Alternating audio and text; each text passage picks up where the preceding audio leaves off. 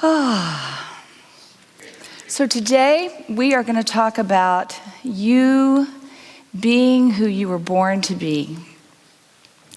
And a few weeks ago I talked about a book that I really enjoyed by a Bible scholar named Bishop John Spong. And when he went back to research in the Bible to try to find out what were the true teachings of Jesus, what was it most likely that was the radical message that caused us to still be talking about him today. And one of them was that he went out and he preached that you should be who you were born to be. That was radical stuff back then. You were born into a tribe, into a family, and you were told what to do, and you were just supposed to stick within the lines. And so for him to tell each person to be who they were born to be was radical stuff, man. And so I thought I would combine it with another wonderful spiritual teacher, Dr. Seuss. You are you. That is truer than true.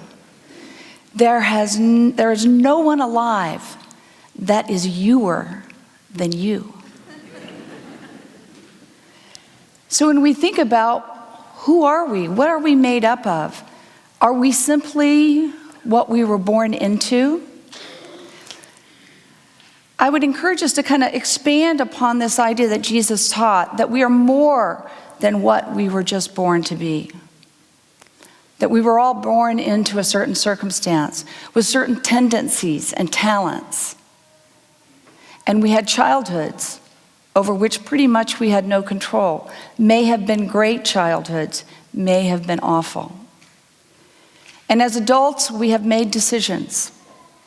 Some may have been really good, and some may have been really awful. And so I would encourage us to think that who we are is the sum of these parts. We are who we were born with, these tendencies and talents.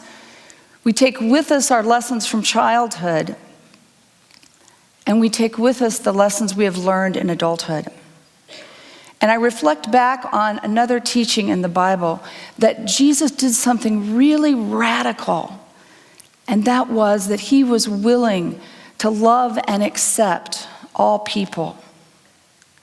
It's pointed out specifically the people that he was not only willing to love and accept, but to have dinner with them. He would have women that would come to the table, women that were prostitutes. And I was wondering about if you were that woman that heard Jesus' teachings and was living your life working as a prostitute, what that moment must have been like.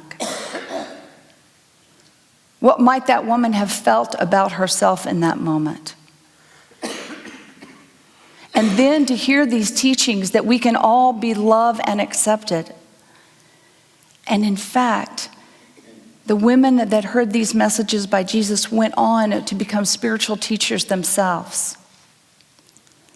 I don't think that that woman was born to be a prostitute. She was born to take what happened at her birth, what happened in her childhood, and decisions she made in her adult life, and then to be all that she could be in that moment. I was watching a story about poverty in Africa, and there was a story specifically about a young woman named Jane. Jane, when she was growing up, she had wished, she said, to become a doctor. But of course, there was no education because she lived in the slums outside of Nairobi. So instead she married and was hopeful that she would find a husband that would love her and stay with her as she raised her children and had a good family. She got pregnant when she was 18, and then when she was pregnant with her second child, her mother died and her husband left her. And she was living in the slums of Nairobi with no education and with 2 children. And so Jane became a prostitute. And they went into the town of Nairobi at night, sometimes making a little bit of money and coming back with enough money to feed their children. And so she lived a life of extreme poverty. And you can imagine the devastation and trauma that she experienced on a daily basis. She heard about a program where they were doing microloans. But the catch was that she had to save the same amount of money that they were going to loan her. So she worked for a year to save $50. And they matched that $50, and she was able to buy a sewing machine. And she was able to start to sell clothes in order to support what she now had was 7 children. And so in African terms, she was making $4 a day, and she had risen above the poverty line. But it was still, you can imagine the life that she led, still living in the slums. And yet, she was HIV positive, and she decided that what she wanted to do was spend 2 afternoons a week counseling others who had HIV and AIDS. And she decided that even though she didn't get to become a doctor, that she was giving something that might be even better than a pill, that she was giving those people hope. And so in some way, she had been able to live her dream of giving to others. And so Jane's story is all of our stories. We have all faced trauma and tragedy in our life. We have all had times when we have had to figure out, how do I get myself out of this hole that I have dug? It's often called that time when we might feel like we're in the dark night of the soul, when we've gone down a bad road and we cannot find the way out. Robert Brummett is a Unity minister, and he's written a wonderful book called Finding Yourself in Transition. And one of the things in the book that Robert recommends is that moment, or those moments, or those minutes, or hours, or days, or months, or sometimes even years, when we feel that sense of loss and no direction, like there is no way out. That is the time that can be the greatest opportunity for us. That in the dark night of the soul, if we will stick with it, and we will learn from it, and we explore the possibilities of what we really want our life to be all about, that it is at its most tragic when sometimes we are spurred on to live the life that we truly want to live. I saw something on Facebook the other day. It's a great place for spiritual wisdom. There was a little quote there that said, "Running away from your problems is a race that no one ever wins." So even in the midst of suffering and sadness, when we have totally screwed up, when we can't figure a way out, when we think we are so limited, it is in that moment when we can find ourselves and reinvent ourselves and be that person who we were born to be. And I know for me, when I had the experience, I had been in the corporate world for 20 years, and I was miserable. And I could not get up the courage to leave. I felt like I had a hole in my heart, and yet I still couldn't change. My daughter, as I was talking to her, wanting to make this change, showed me a Venn diagram. Some of you may have seen it. On one side of this Venn diagram is a big old circle about this big. And in it is all the richness and joy of life. the greatness that we can be, all the possibilities and the adventure and the fun. And over here is this little bitty circle that is labeled your comfort zone.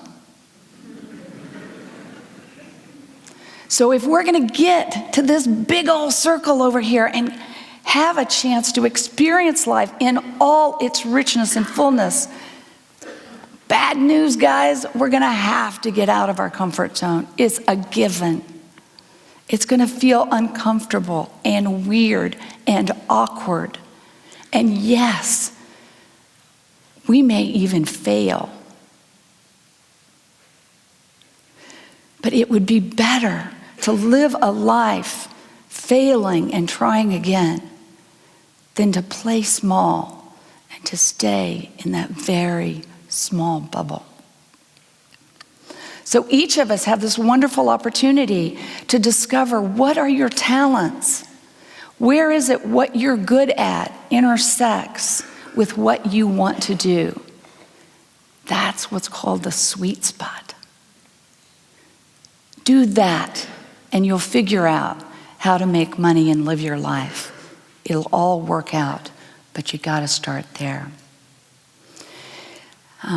There's a faith called Baha'i, and the prophet that has written the books for Baha'i says that we are all born of noble birth. How awesome is that? Just let that sink in. Every single one of us. Not just born good, not just born okay, born of noble birth. And then compare that with the voice inside of your head. What do you tell yourself every day about who or what you are? Do you say that you are noble?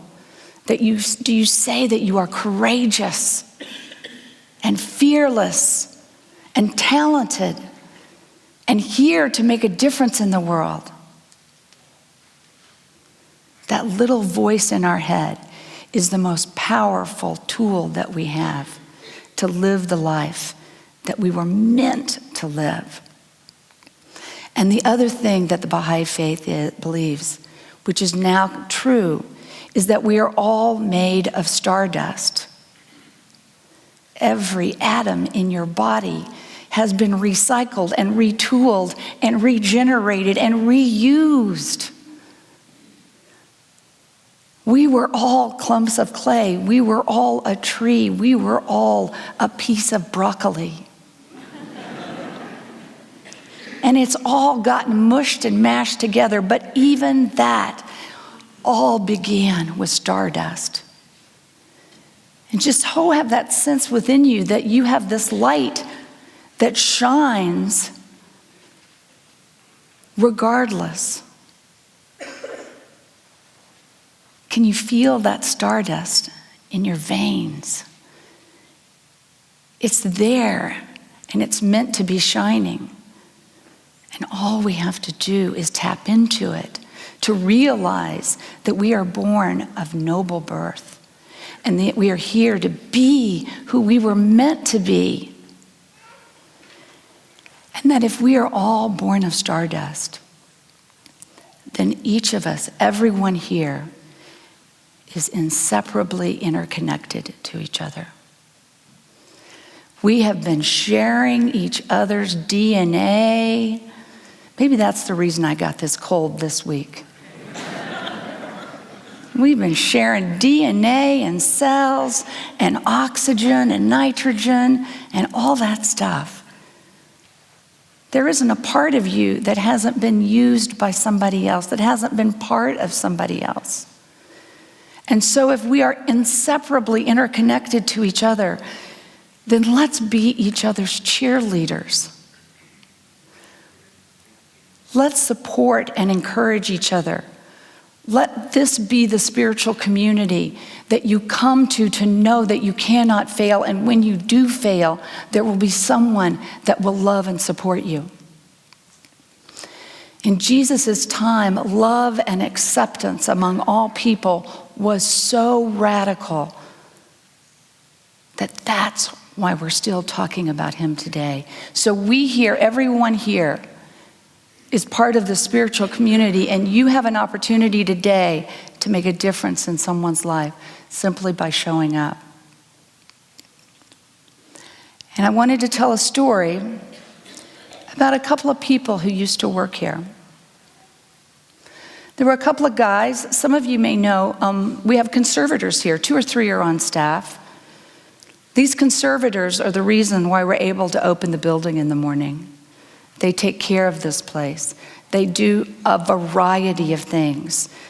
When you come in on Sunday morning, they've already shoveled the snow to make your walk safe. They've cleaned every square inch of this place so it can be as beautiful as it was 60 years ago. They even make the sound wonderful as a sound technician. So we can be grateful for these conservators that we have had in the church. Many have come and gone over the years. And a couple of years ago, there were 2 guys here that were working at the same time, and they both had been heroin addicts. They were both in recovery. They both spent a period of time here, a few years working. We got to know them and love them, and then they went on their way to live their life. Just a couple of weeks ago, I saw one of the guys, and he had mentioned to me that about a year ago, he had gotten his dream job. He was now counseling teenagers with drug problems. And you could just feel, as he was talking about it, how passionate, how alive, how dedicated and devoted he felt to this job. He was living what he was supposed to be doing. He wasn't born to be a heroin addict. He may have not had a great childhood. He may have made bad decisions in his adult life. But he took all of that and he wrapped it up into this job where he is making a difference. And the other guy, a young man who was 25, 3 months ago, he died. And I wanted to honor him today.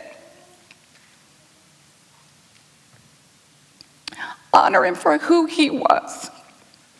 The great guy that he never got to be. And I don't tell the story to be sad. I tell the story because none of us know how long we have. We only have so much time on this earth. And so let's live joyfully. Let's be who we were meant to be. Let's not take things for granted. Let's love and support each other. Somebody might need a smile today. It might be me. Somebody might need a hug, and you could be that person. That's how powerful you are. You are you. That is truer than true. There is no one alive who is youer than you. So let's take those thoughts into meditation.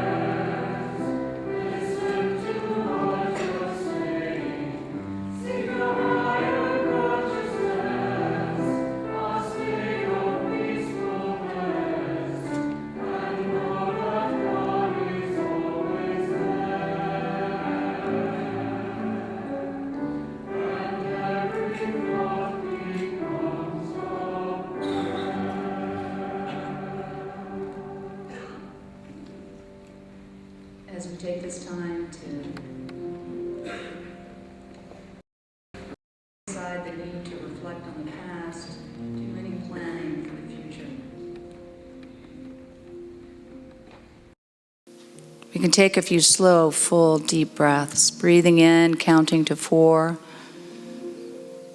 and breathing out, counting to 6.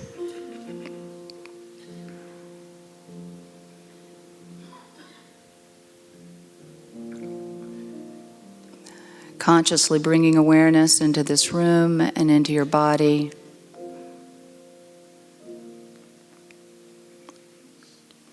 Aware of the way your feet feel against the floor.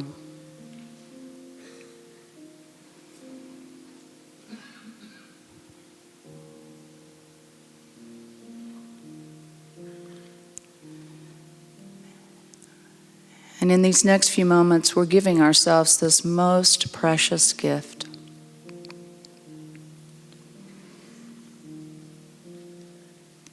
The gift to just be with ourselves.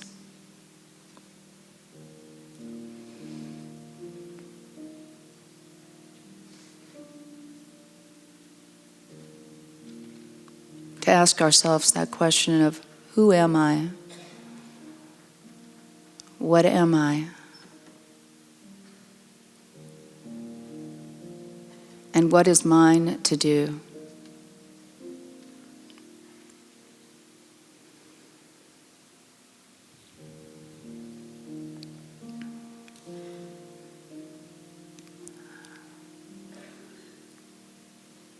Reaching deep within ourselves,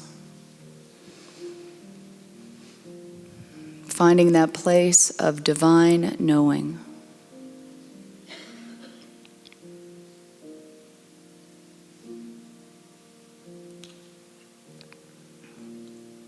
Tapping into that Christ consciousness that is within each and every one of us.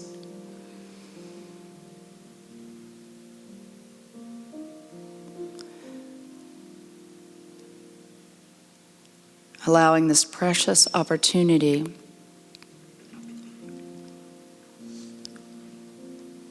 to hear that still small voice within us.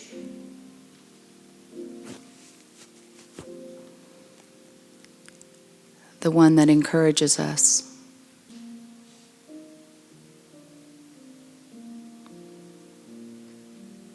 The one that guides us.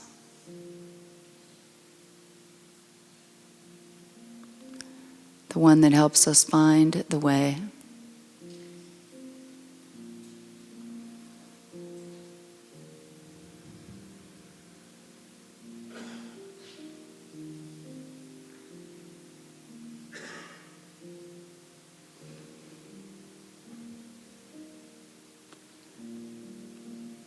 And as we draw our attention inward,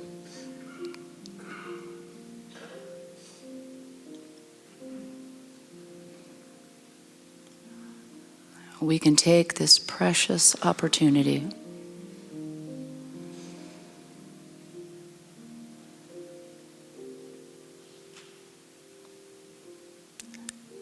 to ask for guidance,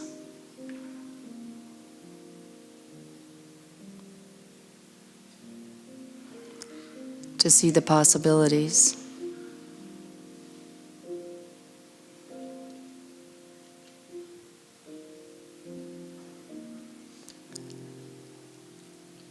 to sit in the silence and simply allow the answers to arise from that place of divine knowing.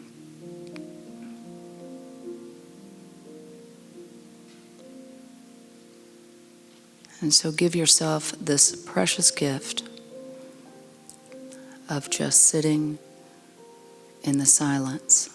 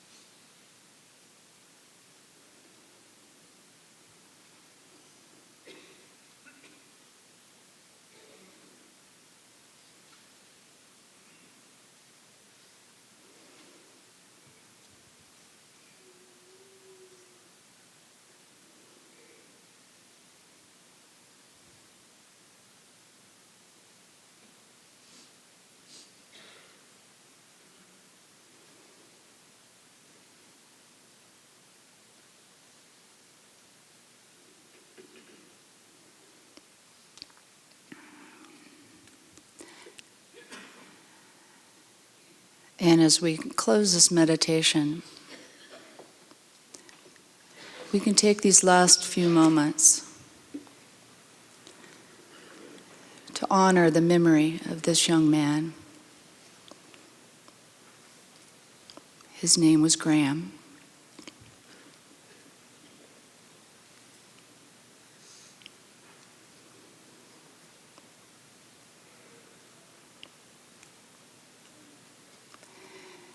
And we can honor him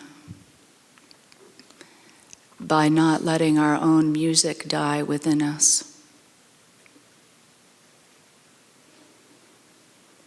We can honor him by being who we were born to be.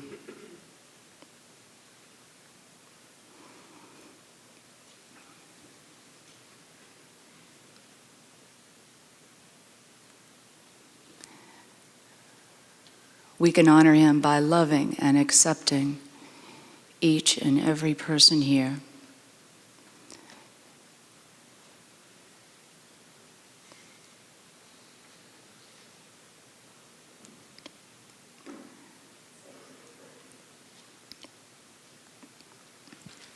We can honor him by loving ourselves.